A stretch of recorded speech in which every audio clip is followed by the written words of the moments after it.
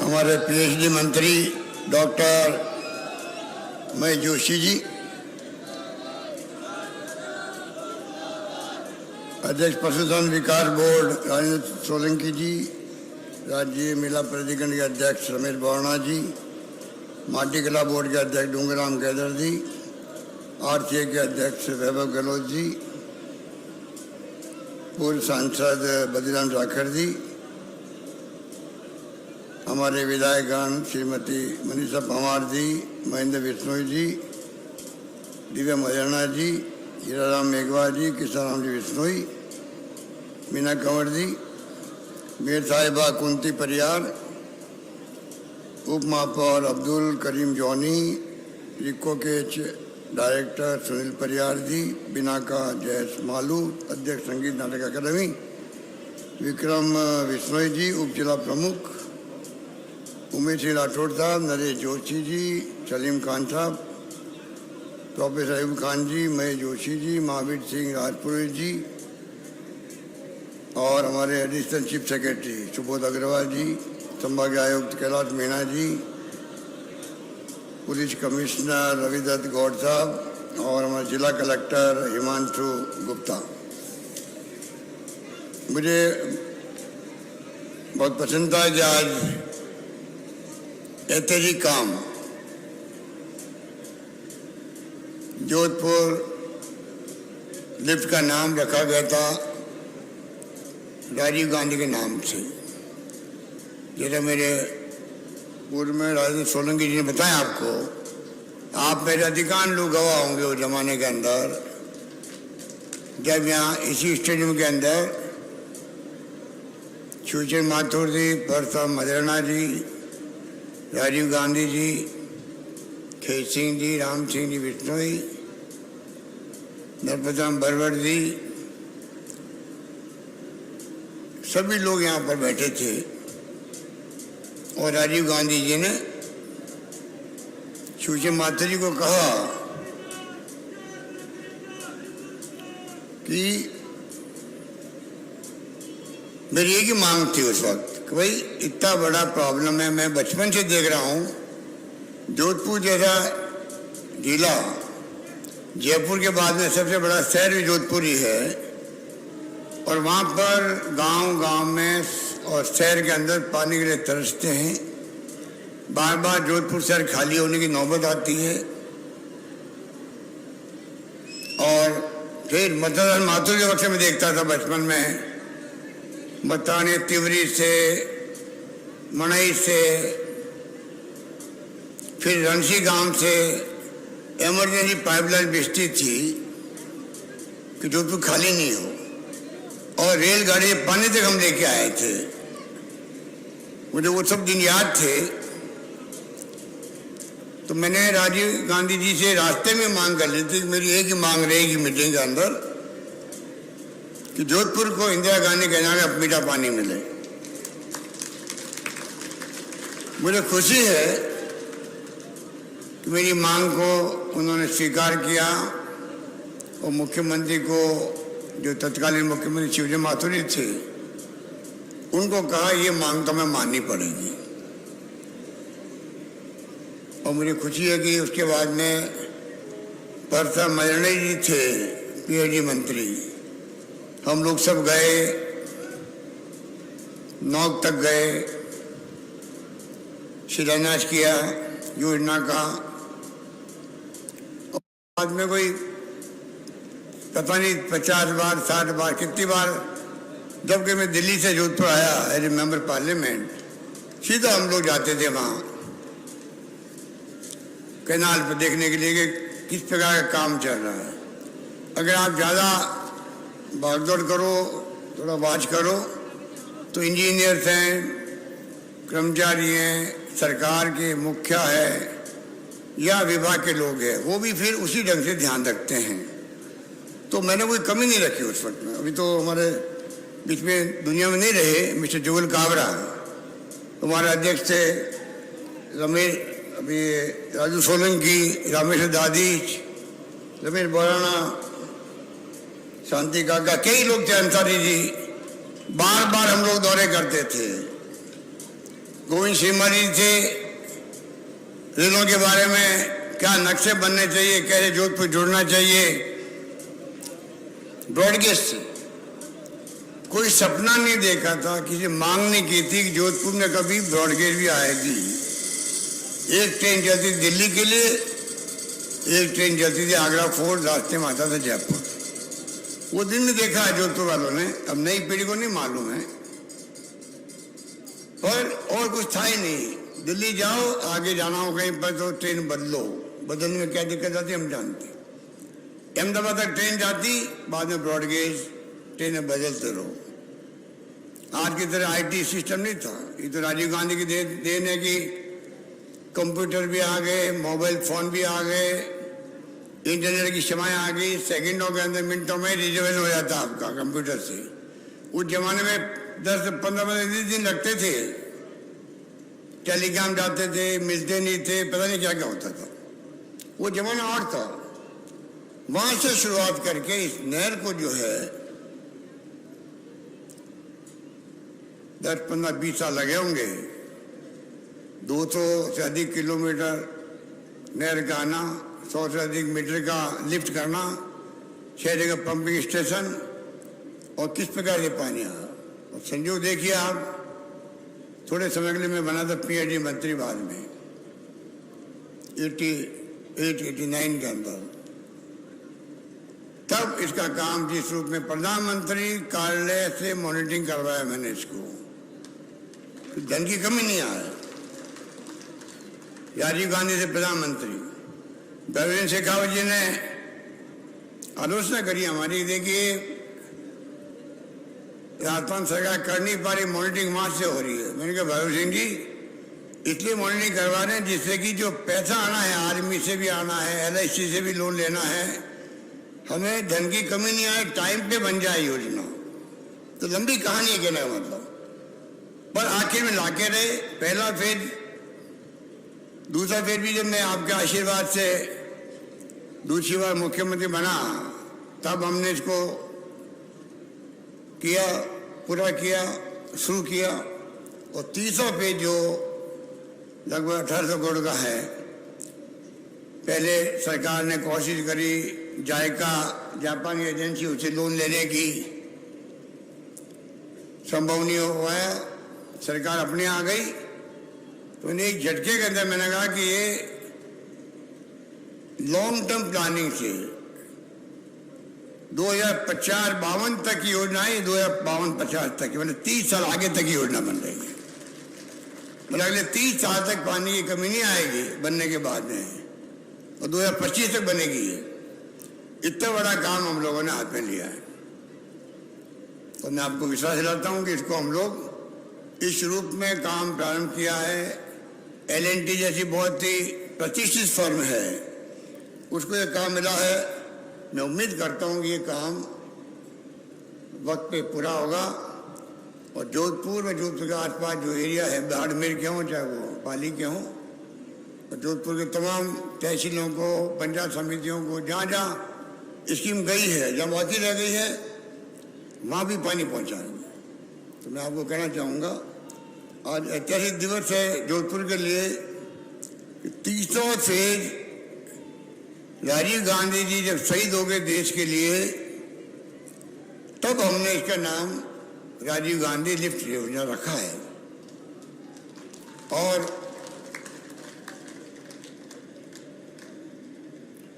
राजीव गांधी को याद करते हुए आज आप लोग जो दूर दूर से आए हो, मैं जब आ रहा था सर्किट हाउस से, तो रास्ते में क्या माहौल था, देखने लायक था। वो भी क्या माहौल था। आज तो आप लोग जो है ये थर्ड फेज के लिए आए हो, पर साथ में मुझे लगता है, मुझे कि जो बजट की घोषणाएं हुई है, बजट की घोषणाएं इस प्रदेशवासियों के लिए हर घर, हर परिवार तक पहुंच गई है, किसी किसी रूप के अंदर। और थीम वही है जो राहुल गांधी की यात्रा थी, राहुल गांधी की यात्रा थी, 5 जोड़ो यात्रा, ये दिव्या महिला तो उनके साथ भी चली है लंबे अरसे दूर तक। 4 उनके थीम थे। नंबर 1, महंगाई बहुत भयंकर है। नंबर 2, बेरोजगारी में लोगों का आक्रोश है युवाओं के अंदर। और नंबर 3, आपस में सभी धर्म, सभी जाति, सभी वर्ग के लोग प्यार से रहो, भाई भाई की तरह रहो, मोहब्बत करना सीखो। ये दुश्मनी काम नहीं आती है। महात्मा गांधी ने भी कहा था, हिंसा का जवाब कभी हिंसा नहीं हो सकता है। ये थीम थी उनकी। और नफरत के बाजार में मोहब्बत की दुकान खोलने आया हूं, ये उन्होंने कहा था। और चौथा पॉइंट था, जो गरीब और अमीर है, पैसे वाला है और गरीब आदमी है, उसके बीच में जो खाई है वो बढ़नी नहीं चाहिए।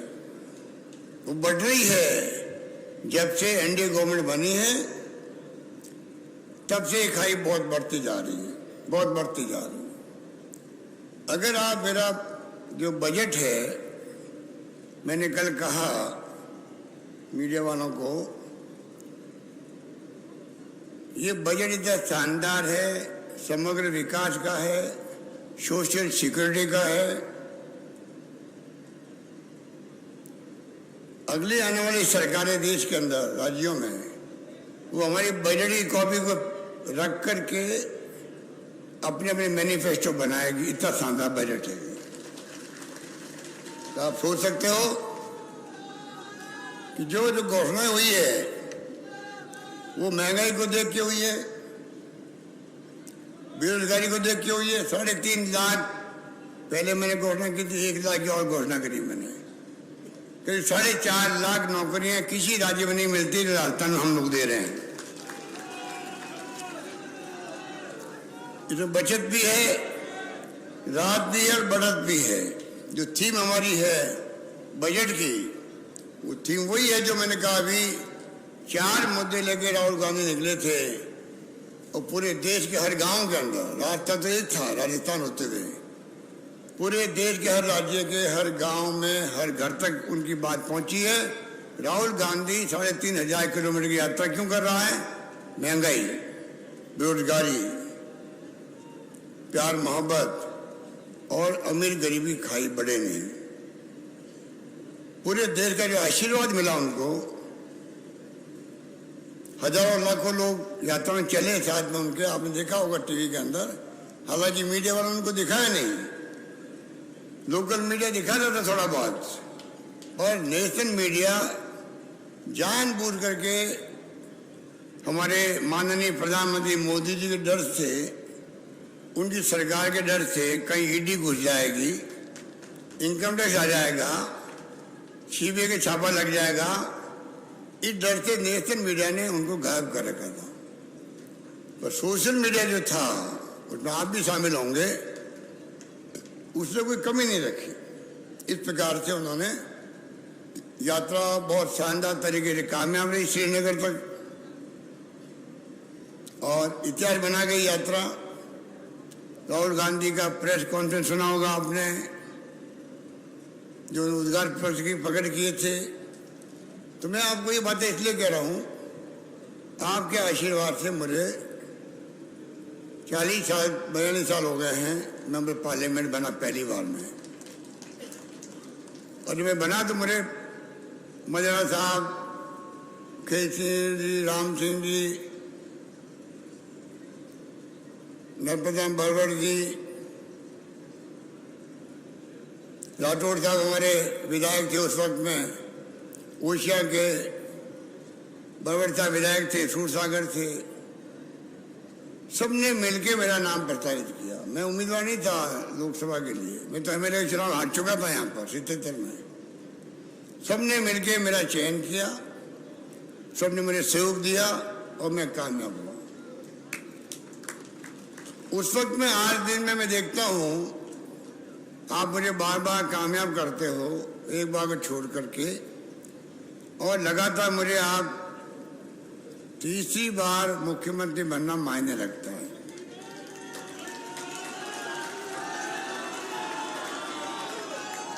ये पार्टी हाईकमान ने और सोनिया गांधी जी ने, जो अध्यक्ष बनी थी कांग्रेस की, उन्होंने चयन किया मेरा, मुझे अवसर दिया काम करने का, और मैंने हमेशा प्रयास किया।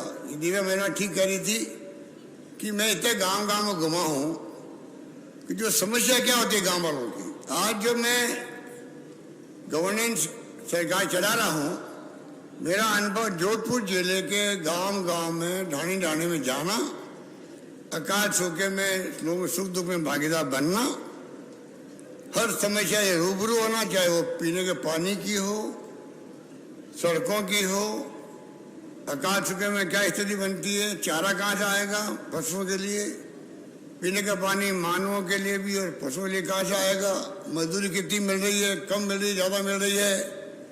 कहने का मतलब है कि मैंने जो अनुभव प्राप्त किया एज ए मेंबर पार्लियामेंट, 5 बार आपने जीता है मुझे MP, वो मेरी जिंदगी का अनुभव जो है वो मैं पूरे प्रदेश में शासन करने में काम ले रहा हूँ, ये मैं कहना चाहता हूँ। और उसके लिए मैं जोधपुर वासियों का आभारी हूँ कि जोधपुर जिले जहाँ से मुझे आपका आशीर्वाद मिला और मैंने जो है अनुभव प्राप्त किया आप लोगों से, आपकी बातें सुन करके, आपकी सुझाव सुन करके, वो मेरे काम आ रहा है। आज जो हमने इतिहास बनाया राजस्थान के अंदर, जिस रूप में हमने एक के बाद एक बजट पेश किए हों, महेश जोशी ठीक कह रहे थे, और मैं समझता हूं कि अभी आपको कहा गया कि पहले वक्त में 4 अकाल पड़ गए थे, हमने हिम्मत नहीं हारी, गांव गांव में इतने काम खोल दिए, काम के बदले अनाज। आज भी गांव वाले जाके पूछेंगे तो याद करेंगे गेहूं की बोरियां रखने की जगह नहीं रही घर के अंदर, इतनी हो गया। और तो और अगर जमाना ठीक होता तो इतनी पैदावार नहीं होती, उसे ज़्यादा गेहूं मिल गया उनको। जाइए आदिवासी क्षेत्र में, उदयपुर, डूंगरपुर, बांसवाड़ा, आज ही पूछिए उनको क्या कहते हैं वो लोग, कोई कमी नहीं रखी। चुनाव फिर भी हार गए, कर्मचारी खिलाफ हो गए, स्ट्राइक को हमने फेस किया। समय समय की बात है, हम हार और जीत से नहीं घबराते हैं, हम अपना संकल्प जिंदगी का बचपन से, सेवाई धर्म है, सेवाई कर्म है, ये संकल्प है हमारा।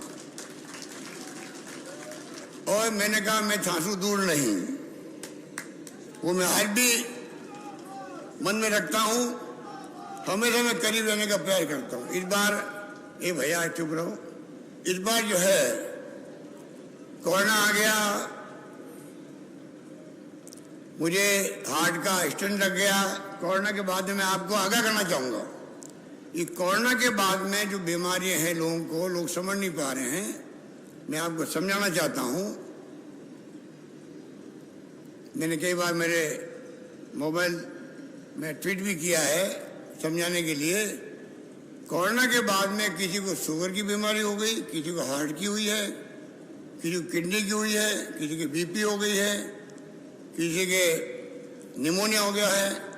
ये कोरोना के बाद पूरे देश नहीं, पूरी दुनिया के अंदर खांसी भी होती है तो पहले 2, 4, 5 दिन खत्म हो जाती थी, और महीना भर 20 दिन चलती है। कहने का मतलब ये है कई लोग मर रहे हैं, हार्ट अटैक होता है उनको, मैं तो बच गया हूँ, आप समझ लीजिएगा। वरना जो ऐसे तरीके से हार्ट अटैक होता है कोई सोच नहीं सकता। कहने का मतलब कि युवा लोगों की डेथ हो रही है, लोग समझ में हार्ट अटैक हो गया, हार्ट अटैक नहीं हुआ। कोरोना के बाद में जो प्रॉब्लम है, कोरोना के बाद में प्रॉब्लम आई है पोस्ट कोविड, उसके कारण की डेथ हो रही है। आप नहीं देखते हैं टीवी के अंदर, और डांस करते करते हस्बैंड वाइफ मंगनी हुई थी उनकी, दोनों मर गए। एक डांस कर रहा था जम्मू के अंदर, यंग लड़का था, लड़की बना हुआ था, कुछ था, वो पड़ गया, लोगों ने देखा एक्टिंग कर रहा देखता, फिर मर तो मर गया है। ये तमाम जो बड़े बड़े डॉक्टर कहते हैं ये तमाम पोस्ट कोविड प्रॉब्लम है। आगाह करना चाहूँगा आपके माध्यम से पूरे प्रदेश वासियों को पुनः, अभी आप बैठे हो तो पूरे प्रदेश में चल रहा है, लाइव चल रहा है, कि मैं कहना चाहूँगा ध्यान रखें, पोस्ट कोविड है, कोई प्रॉब्लम डॉक्टर को दिखाएं, इलाज कर रहे हैं बचने के लिए। तो मैं आपको जो कह रहा था कि हमारी थीम वही है, कैसे राजस्थान मुझे अवसर दिया है। मैंने आपको पहले भी कहा था, मेरी जिंदगी में जब पहली बार मैं मुख्यमंत्री बना तब मैंने आपको कहा था कि मेरे जहन में हमेशा ये रहेगा, मुख्यमंत्री बल्कि मैं मेंबर पार्लियामेंट बना तो मैंने कहा मेरे जहन में रहेगा। रात को 2 बजे की बात है, मजरा साहब बैठे हुए थे घंटाघर पे और नेता बैठे हुए थे सब लोग। मैंने कहा कि मुझे अवसर जो मिला है, मैं हमेशा कोशिश करूंगा कोई शिकायत नहीं आने दूं देश के किसी कोने से, किसी प्रकार की। और आपको मैं अधिकार देता हूँ, मेरा कान पकड़ना, मैं कोई शिकायत मेरी आ जाए तो। ये मैंने कहा था घंटाघर की मीटिंग कर 2 बजे। और ये भी कहा था मैंने कि मैं चाहूँगा कि जोधपुर वासियों का, मेरे अपने परिवार का, समाज का, मैं इस प्रकार काम करूँ जिंदगी के अंदर, उनको नीचा नहीं देखना पड़े। तो मुझे गर्व है आज जोधपुर वासियों को नीचा देखने नौबत कभी नहीं आने दी मैंने 40-42 साल के अंदर।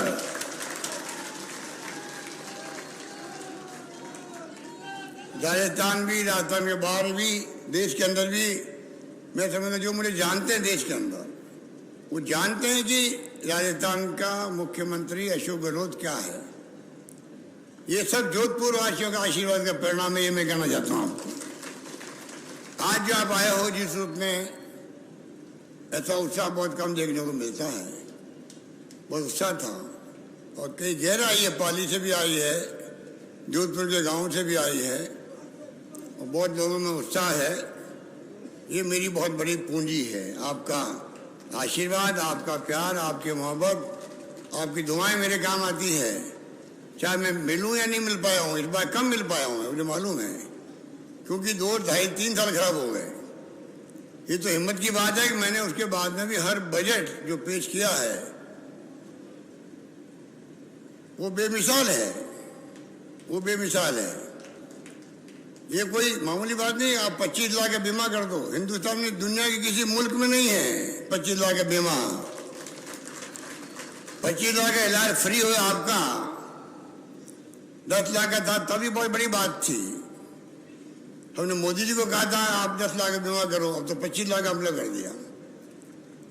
कोई ट्रांसप्लांट कराना, किडनी का, लीवर का, जानते हो कितने खर्चे आते हैं, गहने बिक जाते हैं, मकान बिक जाते हैं मेरे गरीबों का। हमारे यहाँ संस्कार है, माँ बाप बूढ़ा भी 80 साल का है,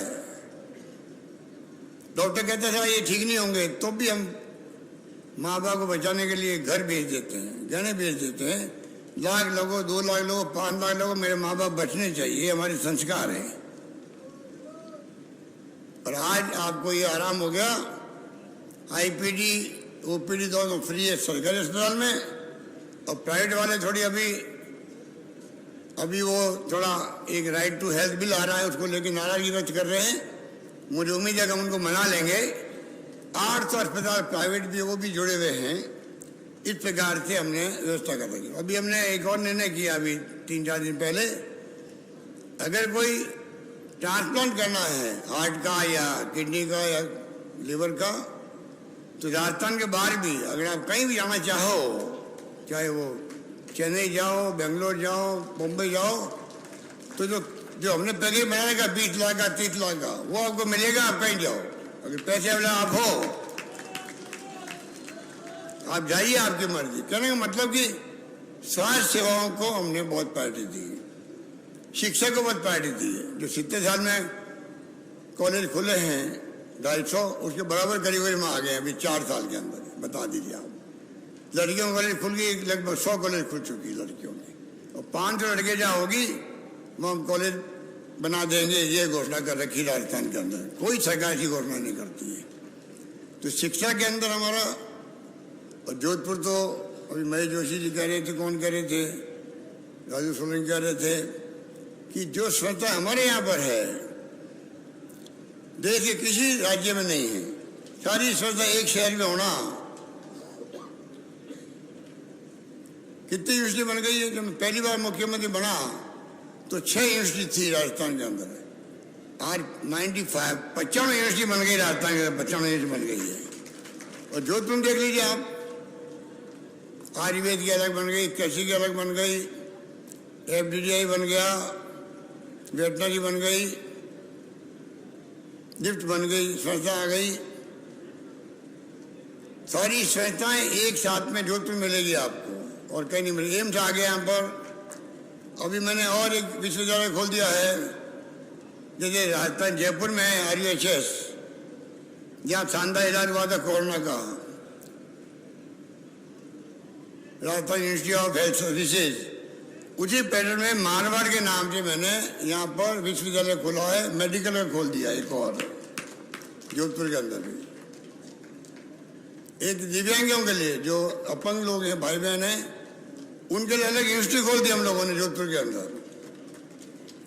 कहने का मतलब है कि जोधपुर में भी जाल बिछा दिया शिक्षा का। IIT आ गई यहाँ पर, किसे कहता IIT आना। कहने का मतलब ये कि शिक्षा में, स्वास्थ्य में तो हमारा जोर है ही है। बिजली में, सोलर में हम लोग, बड़ला जो है फड़ोदी में, बाप में, वो बड़ला पूरे देश में नंबर 1 है सोलर ऊर्जा का हब के रूप में। इतना भयंकर वहाँ पर काम हुआ है। तो पूरा जैसलमेर, बाड़मेर, जोधपुर, सब जगह पर आपके सोलर का लंबी लाइन लगी हुई है बड़े बड़े इंडस्ट्रीज की लगाने के लिए। बिजली की कोई कमी नहीं रहेगी। थोड़ी बहुत कमी इस बार हुई है, कोयला नहीं आ पाया टाइम पे, कई प्रॉब्लम चलती रहती है। पर बिजली में भी हम लोग आज आत्मनिर्भर बन चुके हैं करीब करीब। इसलिए पहले रात को बिजली मिलती थी, अब 16 राज्यों में, 16 डिस्ट्रिक्टों में दिन को मिलती है। बाकी डिस्ट्रिक्टों में करने का प्रयास कर रहे हैं। हालांकि आधा दिन वहाँ मिलने लगे, फिर भी हम चाहेंगे पूरा उनको मिले। तो कहने का मतलब है कि हमने जो भी फैसले किए हैं पानी के लिए, जल जीवन योजना, मैं जोशी ने आपको कहा कि आधा पैसा केंद्र दे रही है, आधा पैसा हम दे रहे हैं। हर घर में नल पहुंचे। हम कोशिश कर रहे हैं कि नल तो पहुंच जाएगा। अगर नल पहुंच गया, पानी नहीं पहुंचा तो वो क्या करेगा परिवार। पानी की व्यवस्था जो हो, उसलिए हमारी लड़ाई है। अभी जो बता रहे थे मैं जोशी जी, ERCP की, प्रधानमंत्री के मुंह से कोई घोषणा हो जाए 13 जिले की। अब ये घोषणा हो जाती मान लो राजीव गांधी जी के मुंह से, और बाद में ये योजना लागू नहीं होती, तो क्या बीते थी बताओ। क्या आप सोचते हैं उनके बारे में कि राजीव गांधी मुख्यमंत्री जी, परसम महराणा जी, यहाँ का मैं डिप्टी मिनिस्टर बन गया था इंदिरा जी के साथ में, हम सब बैठे हुए हैं। घोषणा हो गई और काम ही नहीं बढ़ा। यही स्थिति हुई ERCP की। प्रधानमंत्री के मुंह से घोषणा हो चुकी है। बहुत भयंकर स्थिति खराब है। करौली, धौलपुर, भरतपुर, अलवर, टोंक, माधोपुर, बूंदी, जयपुर, अजमेर तक, और वो परवाह नहीं कर रहे हैं, परवाह नहीं कर रहे हैं। और यहाँ का मंत्री पानी का और प्रधानमंत्री खुद अभी आए थे दौसा के अंदर, वो प्रदेश वाले गुमराह कर रहे हैं, नई नई बात सामने ला रहे हैं। अरे आपके ये योजना किसने बनाई? हमने नहीं बनाई थी। हमारे पहले सरकार थी वसुंधरा जी की, उनके वक्त बनी हुई है। उनके चुनाव आए थे तब आपने घोषणा करी थी राष्ट्रीय परियोजना बनाएंगे, और आप अब क्यों उसको ना नुकर कर रहे हैं? फिर भी हमने 9,500 करोड़ रखा पिछली बार, अब उसको बढ़ा दिया, 13,500 करोड़ रखा है। पर उस योजना को पूरा करके रहेंगे, ये हमने संकल्प किया। तो मैं जोशी जी को मालूम है कि जनता के काम रुकने नहीं चाहिए। सरकारें बदलती है, और वसुंधरा जी ने मैंने, इसलिए मैं रोक दूँ इस योजना को कि उनका नाम होगा। ये सोच हमारी नहीं है, ये सोच बीजेपी वालों की सोच है। ये बीजेपी वाले यही काम करते हैं। हमारी रिफाइनरी पचपदरा वाली 40,000 करोड़ की रिफाइनरी थी। सोनिया गांधी जी, विल्बर मौली जी आ गए, शिलान्यास हमने कर दिया, उसको रोक दिया बीजेपी सरकार ने। 5 साल तक। अब आप बताइए, वो 40,000 करोड़ की योजना थी, उसकी कीमत बढ़ के हो गई 70,000 करोड़ हो गई है, 30,000 करोड़ ज्यादा हो गई है। कौन भुगतेगा? पब्लिक भुगतेगी, टैक्स पब्लिक देती है। अगर ये योजना में चालू नहीं रखूं, और ये हमारे मंत्री जी को देखिए, लिख के भिजवा रहे वहां से, योजना को बंद कर दीजिए आप। तो हमने कहा हम बंद नहीं करने वाले हैं। पानी विषय राज्यों का होता है, हम इसको चालू रखेंगे और आज नहीं तो कल 13 जिले में पानी पहुंचा के रहेंगे, ये मैंने कहा है। तो कहने का मतलब ये है, हमारी सरकार की सोच सकारात्मक रहती है, बीजेपी की सोच नकारात्मक रहती है। इसीलिए आज देश में तनाव है, हिंसा है, हमारे पत्रकार, साहित्यकार, लेखक जेलों में बंद पड़े हुए हैं, बोलने की आज़ादी खत्म होती जा रही है, लोकतंत्र खतरे में पड़ता जा रहा है, संविधान की धज्जियां उड़ रही है। ये इनके राज में है। कब तक आप हिंदू मुस्लिम की बात करोगे? महंगाई की बात नहीं करोगे? आप क्या मतलब ये बात नहीं करेंगे कि भाई बेरोजगारी कम होनी चाहिए, लोगों को नौकरी मिले? सब कुछ सरकार नहीं मिली तो इन्वेस्टमेंट आएगा, तभी तो मिलेगी नौकरियां प्राइवेट। और वो कब आएगा इन्वेस्टमेंट? जब शांति होगी, सद्भाव होगा, भाईचारा होगा, तब आएगा। किसी मुल्क में अगर झगड़े होंगे, फसाद होंगे, हिंसा होगी, तो नहीं आएंगे वो लोग। तो कहने का मतलब ये कि आज कांग्रेस सत्ता में नहीं है, कोई बात नहीं, देश आजाद करा तो कांग्रेस ने करा। महात्मा गांधी, पंडित जवाहरलाल नेहरू, सरदार पटेल, मौलाना आजाद। आप बता दीजिए, अम्बेडकर साहब ने बनाया संविधान। ये उस जमाने के बड़े बड़े कई लंबी फहरिस्त लिस्ट है, कितना बड़ा त्याग बलिदान करके बना है संविधान। लोकतंत्र, वोटों का राज दिया आपको, पब्लिक को। पाकिस्तान हमारे साथ आजाद हुआ था, बार बार सैनिकों का शासन, बंदूकों का राज, अभी तो भूखमरी फैल रही वहां पर। और हमारे यहाँ पंडित नेहरू था, जिसने पैरों में खड़ा किया देश को। पहले से ही बड़े बड़े बांध बना दिए, कल कारखाने बना दिए, इस्पात के कारखाने बना दिए। दबाव था उस जमाने के अंदर भी पंडित नेहरू पर। क्यों बनाते हो?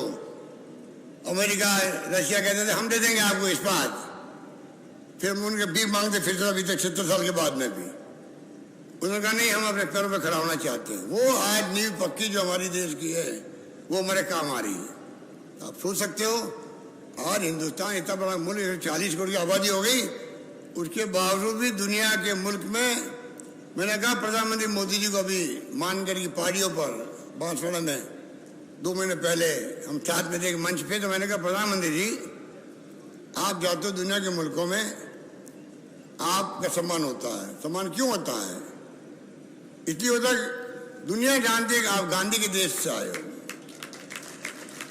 आप गांधी के देश का आए हो, जो अहिंसा का पुजारी था। आप उस देश से आए हो जहां पर लोकतंत्र सबसे मजबूत है दुनिया के अंदर, इसलिए आप प्रधानमंत्री बन पाए हो। ये भूलना नहीं चाहिए। इसलिए कांग्रेस की जो नीति है, जो कार्यक्रम, जो सिद्धांत है, 70 साल के बाद में आप देख लीजिए हम कहाँ पहुंच गए। सुई नहीं बनती थी हमारे देश में। बिजली क्या होती है हम नहीं समझते थे हिंदुस्तान वाले। 13 मेगावाट बिजली थी राजस्थान के अंदर, आज 23,000 मेगावाट बिजली पैदा होती राजस्थान के अंदर। राजा महाराजाओं के महलों में टिमटिमाती थी बिजली पहले जनरेटर से। बिजली क्या होती, कहाँ प्लांट थे लगे हुए थे। और मोदी जी कहते हैं 70 साल में क्या किया कांग्रेस ने। अरे 70 साल में आपको प्रधानमंत्री बनाया कांग्रेस ने। अगर लोकतंत्र नहीं जिंदा रहता, कौन आपको पूछता, कौन प्रधानमंत्री बनाता आपको? प्रधानमंत्री बने हो तो इसलिए बने हो, कांग्रेस ने 70 साल के बाद में भी इस देश में लोकतंत्र को कायम रखा है। इंदिरा गांधी चुनाव हार गई है भाई, सुनो सुनो सुनो सुनो, अरे भाई, इंदिरा गांधी चुनाव हार गई, 1 सेकंड नहीं लगाया मुरारी भाई देसाई को सत्ता सौंप दी। कितनी बार ऐसे किस्से हो गए। राजीव गांधी जी से तो सौंप दी वीपी सिंह जी को, जिन्हें झूठा बदनाम किया राहुल गांधी को, राजीव गांधी को। बोफोर्स चला रहे थे, बफर बफर कितना चलाए लोगों ने 64 करोड़ के लिए। अब ना रेफर की बात होती है देश के अंदर, ना अडानी की बात होती है, क्या बात हो रही है। और 64 करोड़ को लेकर आरोप लगा दे झूठा, पर एक सेकंड नहीं लगाया सत्ता सौंपी सौंपी नहीं चला पाए वो, तो उनका कर्म धर्म जाने, पर सत्ता सौंप दी उनको। लोकतंत्र की विचार मजबूत हुई देश के अंदर। तो कहां कांग्रेस का मुकाबला करेंगे। सरकार बनाना एक बात है, पर नीतियों पर कार्यक्रमों पर दृढ़ रहना दूसरी बात है। जो देश हित में हो वो नीतियां हैं, जो कार्यक्रम है, जो सिद्धांत है, वो कांग्रेस के देश के माफिक है, डीएनए की तरह है। इसलिए मैं कहना चाहूंगा कि धीरे धीरे उनकी पोल खुलती जा रही है, ग्राफ नीचे आ रहा है, मोदी जी का भी, उनकी पार्टी का भी। लोग समझ गए कि ध्यान नहीं दे रहे हैं महंगाई पे भी, बेरोजगारी पे भी, हिंसा पे भी। अब कल लीचिंग हो गई वहां। अब लीचिंग हुई, क्या हुआ, 2 हमारे बेव समाज के लोग थे, नौजवान, उनको हरियाणा के अंदर पकड़ के ले गए। आरोप लग रहा है बजरंग दल पे आरोप लग रहा है। दोनों की लाशें मिली है गाड़ी के अंदर जली हुई। अच्छी बात है क्या? कोई अगर आपस में एक दूसरे को जलाते रहेंगे, हिंदू मुस्लिम और सिख ईसाई और जैन जो अलग अलग धर्म है मिलकर नहीं चलेंगे, प्यार मोहब्बत से नहीं चलेंगे, तो कैसे लोकतंत्र कायम रहेगा। इसलिए मैं आपको कहना चाहूंगा कि मेरी तो लंबी फहरिस्त है, मैं क्या बढ़ाऊँ, आपको सब मालूम है। आपको बड़े बड़े होर्डिंग लग रहे हैं, ये कोई कम बात नहीं कि हमने उज्ज्वला योजना प्रधानमंत्री ने शुरू करी थी। इतने गरीब लोग हैं, 400 रुपये था सिलेंडर का, फ्री दे दिया एक बार उनको। अब 1040-60 हो गया, उसकी कीमत हो गई सिलेंडर की। क्या वो गरीब लोग भरवा सकते हैं? नहीं भरवा सकते हैं। वो पड़े हुए उनके यहाँ पर खाली टंकी पड़ी हुई है। हमने कहा हम उन सबको और बीपीएल वालों को 1060 रुपये का सिलेंडर 500 रुपये में दूंगा सबको, 1 अप्रैल से 500 में दूंगा। इस प्रकार से एक एक योजना जो बनाई है। लंपी रोग आ गया गाँव गायों का, ये गोभक्त बनते ही लोग, ये झूठे गोभक्त हैं। ये खाली गो माता की सेवा नहीं करते हैं, कुछ लोग करते होंगे, मैं सबके लिए नहीं कहता हूं, पर ये लोग नाम देते हैं गौ माता का। पर इनकी सरकारें क्या करती है। मैंने पिछली बार गौ माता के लिए अलग बनाया, विभाग बना दिया। पहले बनाया निदेशालय, फिर नई सरकार आई, उसने नाम रख दिया विभाग खाली। आज हम 9 महीने का दे रहे हैं, उनको अनुदान दे रहे गौशालाओं को। नंदी गौशालाओं को दे रहे, पूरा 12 साल का मैंने अनाउंस कर दिया, 12 महीने का अनाउंस कर दिया। अपंग गाय हैं, उनको भी 12 महीने का अनुदान देंगे। लंपी रोग में गाय मर गई, हमने प्रधानमंत्री को रिक्वेस्ट की, आप कृपा करके इसको कोविड कोरोना की तरह ही ट्रीट करो, तो जो गाय मर गई उन पशुपालकों को कुछ पैसा मिल जाएगा। मना कर दिया। मैंने 40,000 रुपये प्रति गाय जो मर गई उनके परिवार को देने की घोषणा कर रखी, और आगे के लिए बीमा कर दिया गायों का भी, मनुष्यों की तरह। दुधारू पशुओं का 40,000 रुपये का बीमा एक पशु का, हिंदुस्तान में कहीं पर है। तो मैं आपको क्या बताऊं क्या क्या हमने किया है, पर सब जानते हैं आप लोग। हमने किसानों के लिए 2000 यूनिट फ्री कर दी। बिल आएगा नहीं, 15 लाख किसानों को बिल नहीं आएगा। 100 यूनिट फ्री कर दी उपभोक्ताओं को। 1 करोड़ लोगों का बिल नहीं आएगा, 0 बिल आएगा उन लोगों के 100 यूनिट खत्म करने से ही। और 100 यूनिट बाद में भी रेट कम कर दी गई, आपको मालूम है। तो हमने तो जो कहा वो किया है, और मैं समझता हूँ कि कमी नहीं रखी हमने। नंदीशालाओं के लिए नहीं कोई बनाता है, उनके लिए अलग हम इमदाद कर रहे हैं। ये बड़े नाटकबाज लोग हैं। पूरे 5 साल में 143 करोड़ रुपये खर्च किए गायों के लिए गाँव ने। हमने दिया 2200 करोड़ रुपये खर्च किए अभी 4 साल के अंदर के लिए। ये क्या गोपक बनेंगे। हिंदू मुस्लिम करते करते टाइम पास कर रहे हैं। राज करना एक बात है, मैंने कहा आपको, दुनिया में छवि बनाना दूसरी बात है। इसलिए मैं कहना चाहूंगा, एक और बात मैंने अभी उठाई है, सोशल सिक्योरिटी। आप ध्यान से सुना, एक मजदूर भी काम करता है। ये बड़ी बड़ी बिल्डिंग बनती है, आप देखते हो, अट्टालिकाएं, वो खाली मशीनों नहीं बनती है, मजदूरों में बनती है। तो मजदूर जब 55-60 साल का होता है, सही साथ नहीं देता उसका भी। आप बताइए वो क्या करे जिंदगी भर, पेंशन होती नहीं उसकी कोई। तो हमने कहा जितने बुजुर्ग लोग हैं, मजदूर का अलावा भी, मैंने 1 करोड़ लोगों को मैं पेंशन दे रहा हूँ राजस्थान में, 1 करोड़ लोगों को पेंशन दे रहा हूँ। अभी मैंने कह दिया मेरी 500 पेंशन मिलती थी विधवाओं को, 750 मिलती थी 55 साल तक को। अभी मैंने घोषणा करी 4 दिन पहले ही, सभी को 1000 रुपये, किसी को पैसे कम नहीं मिलेगी। अब लगभग 12,000 करोड़ रुपए हम देंगे प्रति साल पेंशन के रूप में। और आपको यहाँ की हंसी आएगी, भारत सरकार बेचती है 300 करोड़ रुपये में, उनमें से 12,000 करोड़ में 300 करोड़ बेचती है भारत सरकार, 200 रुपये प्रति व्यक्ति के नाम से। और वो 10 लाख की सीमा है, 90 लाख नहीं है। क्या तमाशा लगा रखा, विश्व गुरु बनने की बात करते हो और सोशल सिक्योरिटी नाम नहीं लेते हो। दुनिया के मुल्कों के अंदर हर परिवार को वीकली पैसा मिलता है, साप्ताहिक पैसा मिलता है। मैंने लिखा प्रधानमंत्री जी को, हिंदुस्तान में जैसे डॉक्टर मनमोहन सिंह जी ने, सोनिया गांधी जी ने यूपीए चेयरपर्सन के रूप में कानून बनाए थे, फूड सिक्योरिटी एक्ट बनाया, 2 रुपये किलो गेहूँ, 3 रुपये किलो चावल, RTE बनाई एजुकेशन के लिए फ्री, नरेगा आई, सोनिया गांधी, मनमोहन सिंह जी कानून बना के लाए लोग पार्लियामेंट के अंदर, और RTI। मैंने कहा उसी पे 5 पे कानून बनाओ, राइट टू सोशल सिक्योरिटी का बनाओ।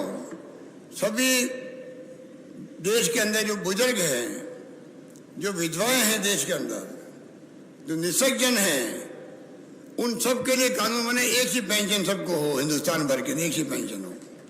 अभी क्या हो रहा है, कोई राज्य कम दे रहा है, कोई ज्यादा दे रहा है।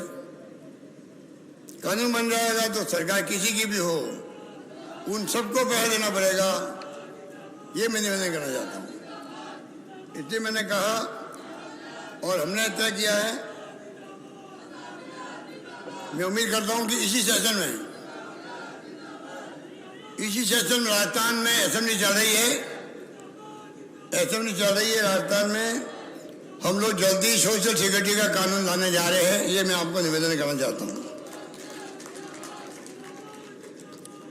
इस प्रकार से जो स्कीम हमारी आई, ए भाई ये कौन लोग है, आप शांति हो सकते क्या, हल्ला कौन कर रही है, कौन लोग हैं?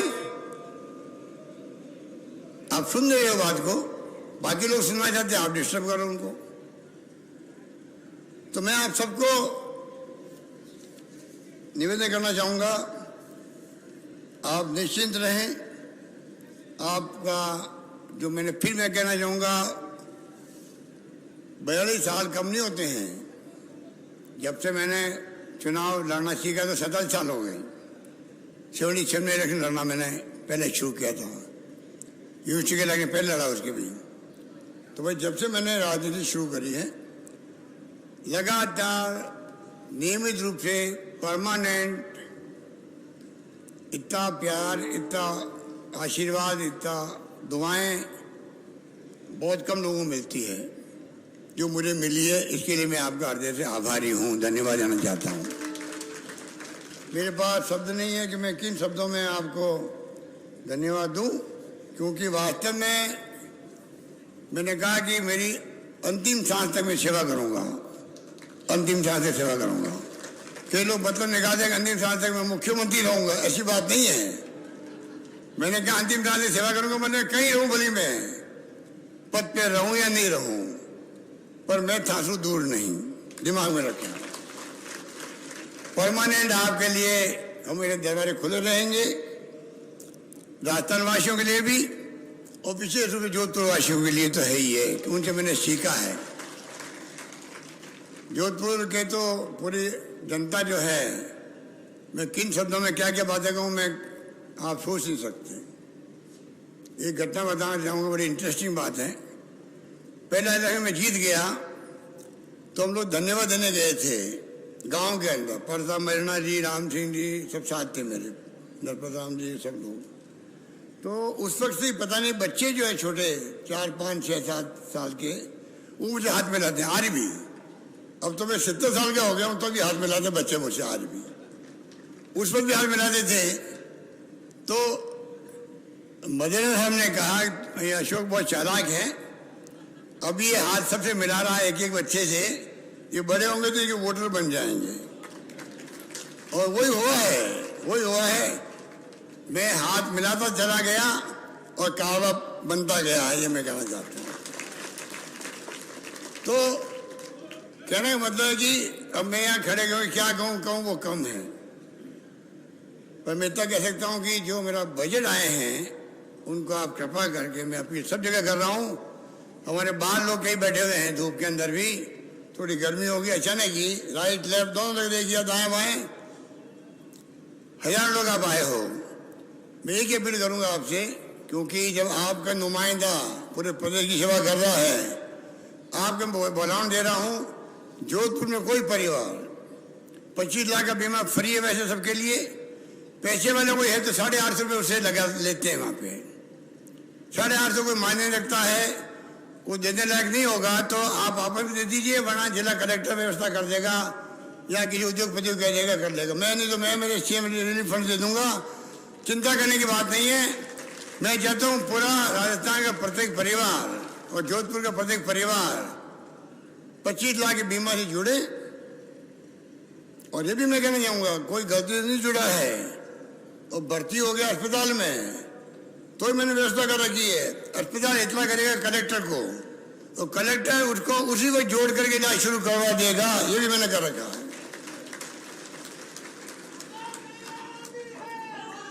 इसलिए कृपा करके मैं आपको निवेदन करूंगा कि जो घोषणा मैंने करी है वो लंबी है, मैं सुना नहीं सकता आपको, जोधपुर के लिए भी बहुत लंबी लिस्ट है मेरे पास, पर अभी घोषणा तो होती रहेगी।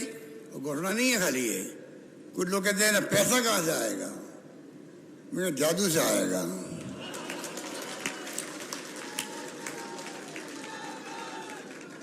पैसा कहाँ से आएगा? मैंने कहा गुलाब कटारिया जी, नेता प्रतिपक्ष, अभी आपकी स्थिति बन गई है कि पैसा कहाँ से आएगा पूछ रहे हो आप। इतना शानदार बजट दिया है मैंने, सोच समझ के दिया। ओपीएस लागू की मैंने कर्मचारियों के लिए, मान्य दृष्टिकोण से करी मैंने। बुढ़ापे मैंने उनको लगे कि भाई हाँ मैं सुरक्षित हूँ, उसका मैंने ध्यान रखा है। तो मैंने कहा पैसा जादू से आएगा, चिंता मत करो। अगर मैंने बजट बनाया है, पिछली बार भी नहीं कहते पैसा कहाँ से आएगा, और आपको खुशी होगी जान करके। 3 4 5 हजार मैंने बैठे हमारे, पूछो इन सबको कि जो घोषणा हुई है वो घोषणा में कोई बाधा आई है क्या? हर एमएलए मुझे कह रहा साहब जो घोषणा ही हुई है हमारे यहाँ लागू भी होगी, अधिकांश घोषणा है, 90% घोषणा लागू होगी राजस्थान के अंदर पिछले बजट की। किसकी बात करते हैं?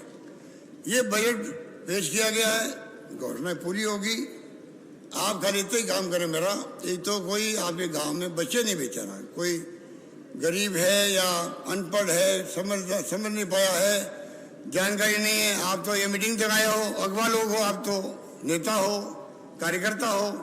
बाकी लोग क्या है गांव में बैठे हुए हैं, किसी को मालूम नहीं हो सकता। आप कृपा करके मेरी भावना पहुंचाओ, सब स्कीमों को आप खुद पढ़ो, उनको बताओ आपको लाभ मिल सकता है। जानकारी के अभाव में कई बार वंचित हो जाता है आदमी लाभ से, वो कम से कम आप सुनिश्चित करें, ये मेरा आपसे निवेदन है। और इन योजनाओं का जितना 50 हमने करने का प्रयास किया, इस बार होर्डिंग लगाए हैं, उससे नहीं है। जब आप खुद कहेंगे उस बात का वजन होगा, उसको इमदाद होगी, कैसे मदद लेनी है, क्या करनी है। प्रयास करें हम लोग, हर गांव में हम वॉलंटियर्स बना रहे हैं, एक आदमी को 50,000 वॉलंटियर बना रहे हैं गाँव के अंदर।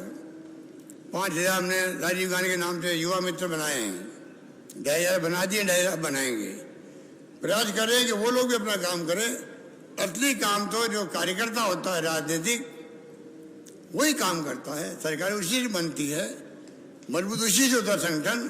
तो मैं कहना चाहूँगा आप जो ही लोग आप पधारे हो, मैं अपील करना चाहूँगा कि हमें छत्तीस कौम की सेवा करनी है, सभी वर्गों की सेवा करनी है। जो गरीब है, दलित है, पिछड़े है, आदिवासी है, उनका विशेष ध्यान रखना पड़ता है। इस प्रकार से हम सब मिलकर के राजस्थान की सेवा का संकल्प लें। आपका मारवाड़ का नुमाइंदा नंबर 1 श्री राजस्थान जयनारायण विहार बने थे मुख्यमंत्री, बाद में बरकतुल्ला खान साहब बने थे मुख्यमंत्री, और तीसरा मुझे अवसर मिला है मारवाड़ के आदमी को। मारवाड़ के लोगों की जिम्मेदारी बनती है, आप राजस्थान भर की सेवा करोगे तो आपका नाम राजस्थान के हर जिले के लोगों के गांव में मान सम्मान बढ़ेगा आप सबका। ये दिमाग में रखें कि आपका नुमाइंदा अगर मुख्यमंत्री है, वो फैसले कर रहा है, वो फैसले सब जगह जा रहा है, इसलिए वो उसका जो है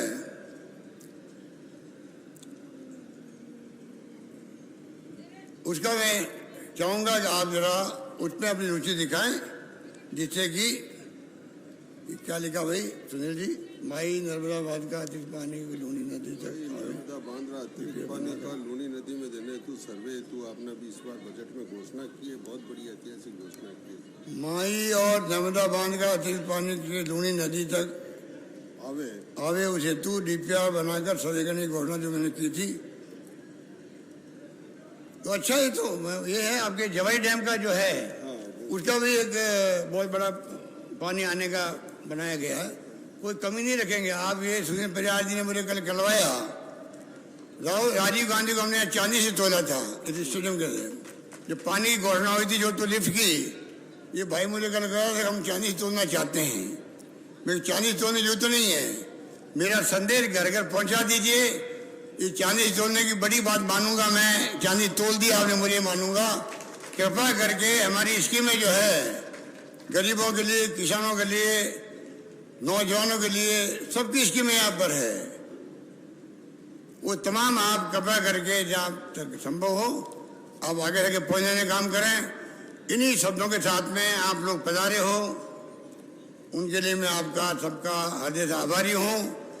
और मेरा भी मन कर रहा था, लंबे अरसे से मैं आ नहीं पाया, आज आपने आकर के बड़ी कृपा करी है, आपने मैं समझता हूँ कि दिल जीत लिया है मेरा भी, कि मैं कम से कम एक साथ आप सबसे मिल सका हूँ। आपका जो उत्साह है उससे मैं बहुत प्रभावित हूँ। यही बात करता मैं आपको विश्वास दिलाता हूँ कि आपके सुख दुख में हमेशा ये आपका सेवक, मैं कोई मुख्यमंत्री नहीं बल्कि आप समझ लीजिए राजस्थान में प्रथम सेवक के रूप में काम करना चाहता हूँ, करता रहूँगा। धन्यवाद, जय हिंद, धन्यवाद।